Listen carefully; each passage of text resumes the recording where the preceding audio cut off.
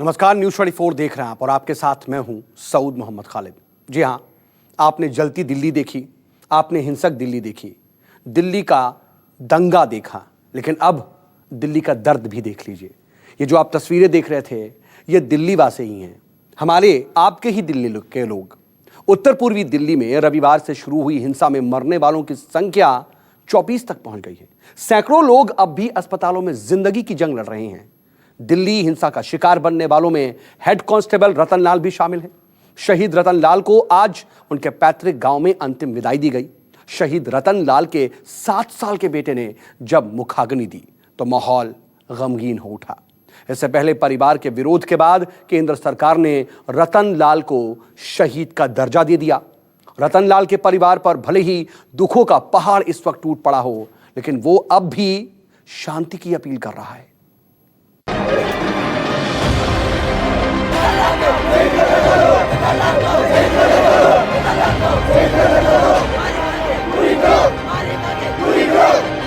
दिल्ली हिंसा में शहीद हुए हेड कांस्टेबल रतन लाल का पार्थिव शरीर जब सीकर में उनके गांव पहुंचा तो लोगों का गुस्सा फूट पड़ा।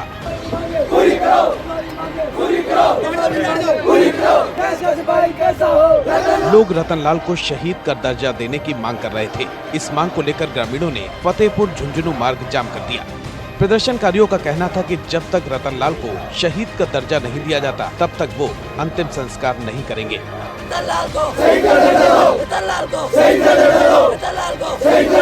ये जो गांव के लोग हैं, ये इनकी एक अलग मांग है। शहीद का दर्जा दो रतन लाल को, एकमात्र ये मांग यहाँ पर कर रहे हैं। ये देखिए, आप सुनिएगा कि गांव के लोग किस तरह से आक्रोशित है। सभी युवा वर्ग के लोग हैं ये हैं। तो कुल मिलाकर अब रतन लाल का पार्थिव शरीर यहाँ पहुंच चुका है। पुलिस के अधिकारी इन लोगों को समझाने की कोशिश कर रहे हैं कि शहादत हुई है गांव के लाल की, तो पार्थिव शरीर को परिवार के लोगों को सौंपने की अनुमति दी जाए, सौंपने दिया जाए। दिल्ली पुलिस के अधिकारी भी आए हुए हैं। हेड कांस्टेबल रतन लाल को शहीद का दर्जा देने की मांग पर लोग काफी देर तक धरने पर बैठे रहे। प्रशासनिक अधिकारी भी मौके पर पहुंचे और लोगों को समझाने की कोशिश की।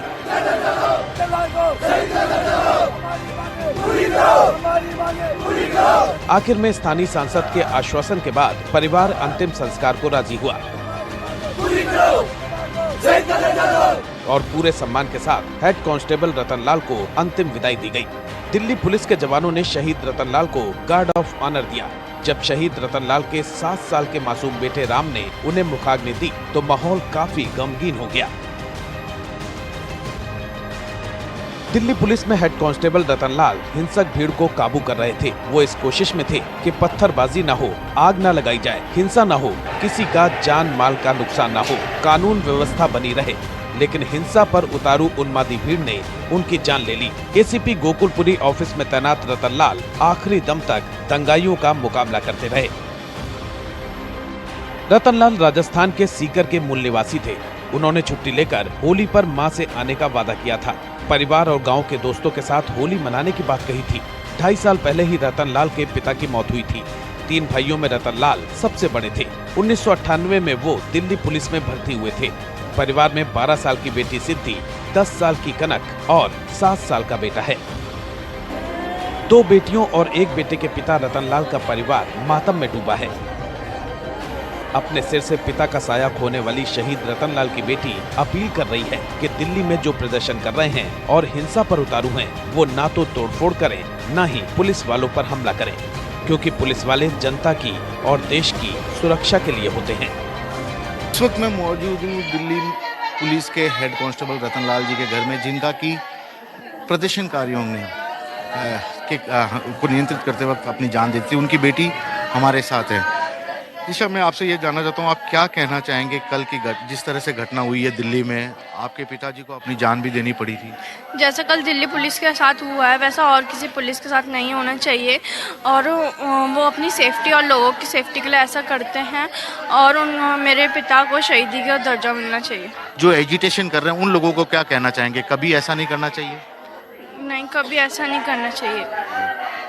तो ये है रतन लाल जी की बेटी, बड़ी बेटी है, जिन्होंने पापा को अंतिम बार हाय बोला था और ये अपील करती हैं सरकारों से कि उनके पिता को शहीद का दर्जा दिलाया जाए।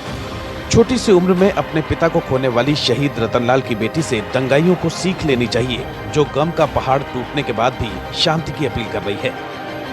शहीद रतनलाल तो अपना फर्ज निभा रहे थे, लेकिन दंगाइयों ने उन्हें भी नहीं बख्शा।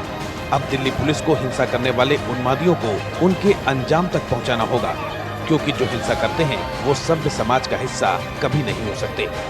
के श्रीवत्सव, सीकर, न्यूज़ 24। इधर दिल्ली हिंसा में उत्तर प्रदेश के बुलंदशहर को भी जख्म दिए हैं। जी हां, दंगे में बुलंदशहर के 3 युवकों को गोली लगी है, जिसमें शाहिद और अशफाक की मौत हो चुकी है और डाबर हुसैनी की हसन घायल बताए जा रहे हैं। मजदूर आदमी, हमारे तो कोई कमाने वाला भी नहीं है। हमारा बच्चा यही कमा के लाता है, यही खिलाता हमें कौन कमा के खिलावेगा? हम जो है ऐसे चाहते नहीं है। हमारे बच्चा की आज 3 दिन हो गए, मट्टी को 4था दिन है, अभी तक मट्टी नहीं मिली है, कोई सुनवाई नहीं है। ये दर्द है उस शाहिद की ताई का जो उत्तर पूर्वी दिल्ली में हुई हिंसा का शिकार हो गया। अरे मेरा शाहिद, अरे मेरा वही सूरत दिखाई बेटा की रे। शाहिद के परिजनों का कहना है कि वो रोजी रोटी के लिए दिल्ली गया था। बुलंदशहर का रहने वाला शाहिद 5 साल से ऑटो चलाकर परिवार का पेट पाल रहा था। अरे मेरा शाहिद। परिवार के मुताबिक सोमवार शाम को घर लौटते वक्त शाहिद को दंगाइयों ने घेर लिया। शाहिद के पेट में गोली लगी थी। अस्पताल पहुंचने से पहले ही उसकी मौत हो गई। परिजनों का दर्द यह है कि मौत के 3 दिन बाद तक शाहिद का शव घर नहीं पहुंच पाया है। इससे न सिर्फ परिवार और रिश्तेदार बल्कि कब्र और कफन भी शाहिद के इंतजार में हैं। 3 दिन से बॉडी नहीं यहाँ पे आई पाई है। और सर यहाँ पे जो हमारी कब्र भी तुम्हें खुदी हुई है, कफन भी तैयार रखा है, मगर ये अभी तक कोई बॉडी का चांस नहीं है सर आने के। इसमें क्या कारण माना जाए? जो देखो सर, ये आपको कब्र भी तैयार है, और ये भी जो बाहर से जो मुसाफिर आए हैं रिश्तेदार, ये भी तैयार है, मगर बॉडी का कोई चांस नहीं लग रहा है। सर क्या वजह सर ऐसी? परिजनों का ये भी कहना है कि दंगे से शाहिद का कोई लेना देना नहीं है। हिंदू मुस्लिम की नफरत ने शाहिद की जिंदगी खत्म कर दी।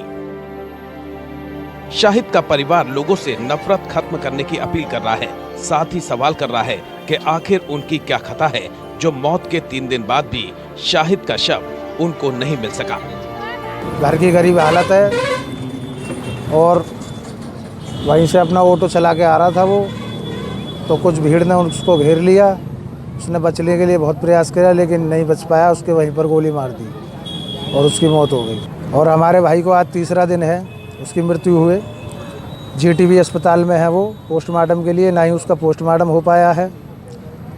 कोई भी कार्रवाई नहीं हो रही है। शाम को जो ऑटो पार्किंग में खड़ा करके जा रहे थे घर पर, तो रास्ते में वो कांड हो गया उनके साथ। कुछ दबंग लोगों ने उन्हें घेर लिया और गोली मार दी उनकी।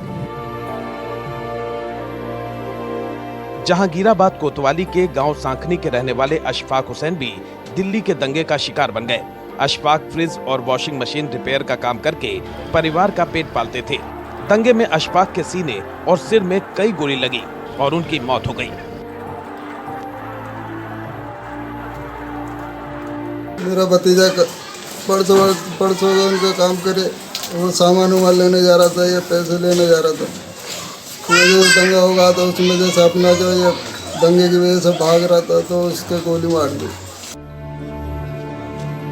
इसी गांव के सकी हसन के मुंह पर गोली लगी है।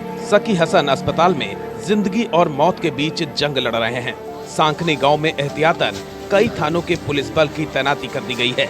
बुलंदशहर के डीएम और एसएसपी भी सांखनी गांव पहुंचे। दोनों अधिकारियों ने अशफाक के परिवार को सांत्वना दी और गांव वालों से शांति बनाए रखने की अपील की। यहाँ के लोगों में भी हमने सुना कि भ्रम फैलाने की कोशिश की जा रही है। एक तरफ जहाँ पुलिस प्रशासन अलर्ट है, जोनल सेक्टर, सब सेक्टर, मजिस्ट्रेट एक्टिवेटेड है। दिल्ली में यहाँ के मूल निवासी जिनका देहांत हो गया है या जो घायल हो गए हैं, तो अभी एक मृतक दुबई से हैं, दूसरे जहांगीराबाद से हैं। तो अभी मैं और कप्तान साहब वहीं जा रहे हैं, उनके परिवारजनों से मिलेंगे और उन्हें जो भी प्रशासन की तरफ से जरूरी मदद है या उनके मन में जो भ्रांतियाँ हैं उनको दूर करने की कोशिश की। अरे मेरा शाहिद। दिल्ली में हुई हिंसा के शिकार बने दोनों युवकों के परिवार की माली हालत बेहद खस्ता है। 2 युवकों की मौत और एक के गंभीर रूप से घायल होने के बाद बुलंदशहर के लोगों में गम और गुस्से का माहौल है। लोगों के मन में बस एक ही सवाल है कि आखिर इन युवकों का कसूर क्या था। प्रमोद कुमार, बुलंदशहर, न्यूज़ 24। वापस दिल्ली आइए। दिल्ली का रहने वाला राहुल सोलंकी दूध फट जाने की वजह से घर से बाहर दूध लेने निकला, लेकिन दंगाइयों ने उसे गोली मार दी। हॉस्पिटल ले जाने से पहले ही उसने दम तोड़ दिया। राहुल सोलंकी की बहन की शादी 27 अप्रैल को होनी है, लेकिन उससे पहले ही वो हमेशा हमेशा के लिए अपने परिवार से दूर जा चुका है।